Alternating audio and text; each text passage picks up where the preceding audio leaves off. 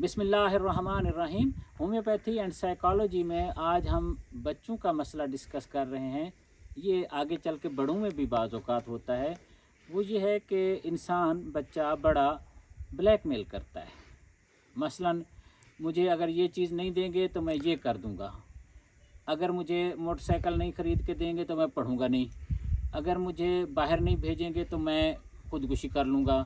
या हर बात के लिए माँ बाप को, फैमिली मेम्बर्स को, अज़ीज़ रिश्तेदारों को ब्लैक मेलिंग का मूड होता है। ये बहुत ज़्यादा चालाक होते हैं, बच्चे हों या बड़े हों, इनको पता होता है कि हम दूसरे को ज़िच कर रहे हैं। ये ऐसे नुकसान का ड्रामा करेंगे जिससे दूसरे को पता चले, फैमिली मेम्बर को, कि ये वाकई कोई ना कोई नुकसान पहुंचा देंगे। प्रैक्टिकली ये पहुंचाते कोई नहीं है। ये छोटी मोटी खराश लगा देंगे कि मैं खुदकुशी कर रहा था, कर रही हूँ, या ये ऐसा काम करेंगे, सर जाकर टकरा के मारेंगे, मगर ऐसे तरीके से मारेंगे दीवार पे, फर्श पे, कि उनको पेन तकलीफ़ ना हो।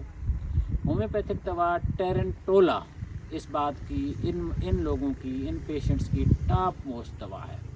ये बच्चे बड़े बिलअमूम चालाकी के होते हैं, मेंटली बिज़ी रहें तो ये बहुत सेट होते हैं।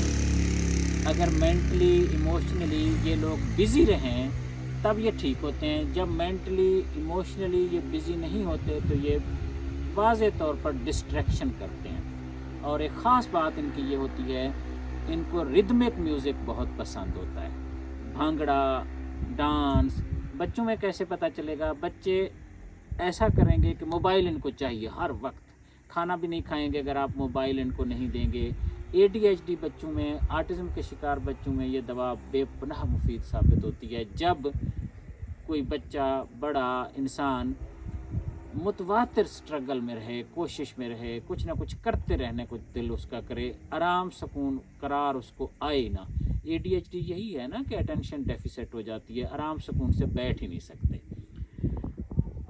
टेरेंटोला 200 10 कतरे सुबह और 10 कतरे रात 10-12 दिन देने से अगर मसला पुराना नहीं है तो काफ़ी हद तक बेहतरी हो जाती है। अगर मसला बहुत पुराना है तो फिर ट्रीटमेंट की प्रॉपर ज़रूरत पड़ती है। परवरदिगार हम सबको अपनी अमान में रखे। अल्लाह हाफिज़।